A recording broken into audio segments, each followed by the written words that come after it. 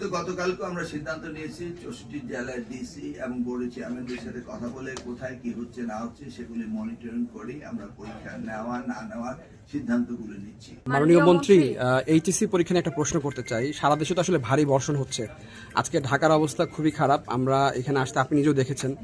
তো এই অবস্থায় আসলে যেমন আপনারা 16 জুলাই পর্যন্ত একটা নির্দিষ্ট বোর্ডের পরীক্ষা স্থগিত রেখেছেন, অন্যান্য বোর্ড নিয়ে আপনাদের পরিকল্পনা জানতে চাই।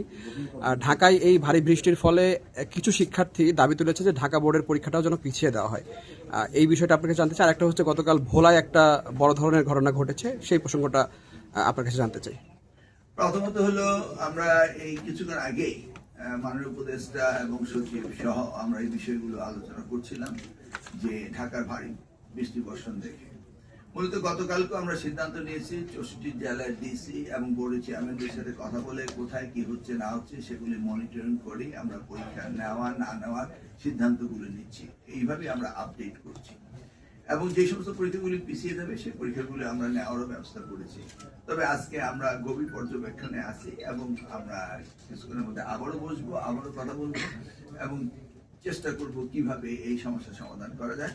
আমরা লেটেস্ট ওয়েদারম্যানের রিপোর্ট এখনো পাইনি, তারা অপেক্ষা করছে যে আমাদেরকে জানাবে, সেই দিকে আমরা আছি। আর আপনি যেটা বললেন চর ফ্যাশনের যে পরীক্ষা হলে যে ঘটনাটি ঘটেছে, এই ঘটনাটির জন্য গতকাল রাত্রে মামলা হয়েছে এবং এটাকে আমরা এখনো কারোর নাম দিয়ে মামলা হয়নি। আমরা যে ভিডিও ক্লিপ রয়েছে সেখান থেকে পয়েন্ট আউট করা হবে কারা কারা সেখানে ইনভলভ ছিল, কি কি করেছে সেটা আমরা ব্যবস্থা নিচ্ছি। সেই জন্যই তো ক্লোজ সার্কিট ক্যামেরা, সেই জন্যই তো আমি 2001 সালে ভিডিও ভাড়া করে তখন করতাম, তখন তার মোবাইলে ভিডিও ছিল না। অর্থাৎ যারা ক্রাইম করবে তাদেরকে আইডেন্টিফাই করা হবে এবং আফটার এক্সাম আমরা তাদেরকে সাজার ব্যবস্থা করব।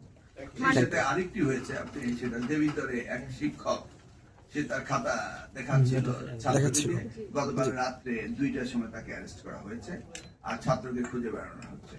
তার মানে একটি অপকর্ম আমরা ছাড় দেব না, প্রত্যেকটি আমরা মনিটরিং করছি এবং আমরা আবার বলছি আপনাদের সহযোগিতা চাই।